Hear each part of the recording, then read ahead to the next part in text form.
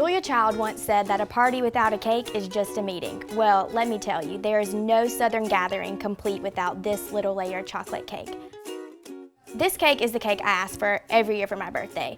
My great-grandmother used to make this cake for my mama and her brother every single year.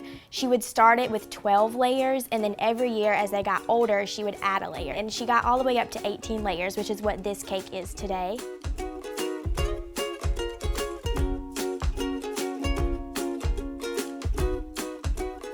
One of the most important things about this cake is the actual cake layers. They're made out of a southern soft white winter wheat flour, such as White Lily or Martha White, and these flours can't be found nationally. If you are somewhere where you can't get this soft winter wheat flour, I would suggest using a cake flour and double sifting it.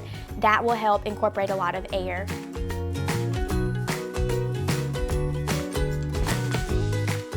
There is this imaginary line along Georgia that starts from Columbus at the west to Savannah at the east, and it runs all the way up to Macon in the north. This cake can't be found anywhere north of the GNAT line. Where this cake is found, it's ubiquitous. You can find it at any sort of gathering that you go to.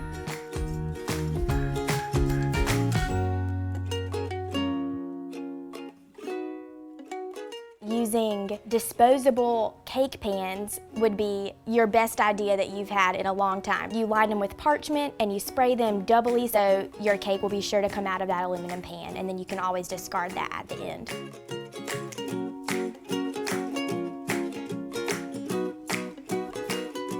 I've tried to make this cake every year since I was 13 when I first got my KitchenAid mixer, and to finally be able to get this recipe right is just like a really cool way for me to honor my grandmother and honor the traditions that she set forth a long, long time ago, and just to be able to kind of carry on something that she gave to me is really, really special.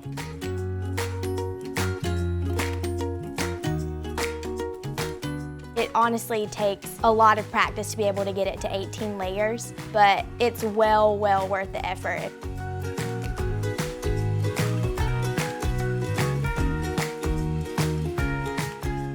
I can remember eating this cake at my second birthday. They say you don't have memories whenever you're that young, but I definitely remember eating this cake because it's pretty hard to forget. There is a huge debate in every person's mind on how you should eat this cake. Most people like to eat it kind of like this, like a normal cake, where they just eat it so you get every single layer in a bite. Some people like to start from this side so that they can get all of the chocolate layers first. I mean, why would you not want to eat that? So my favorite way to eat this cake is actually to do it layer by layer by layer. I like to go all the way and save this top piece where the most icing is and eat that piece last. You can eat it however you want to, but coming from this cake expert, I say that layer by layer is definitely the best way to go.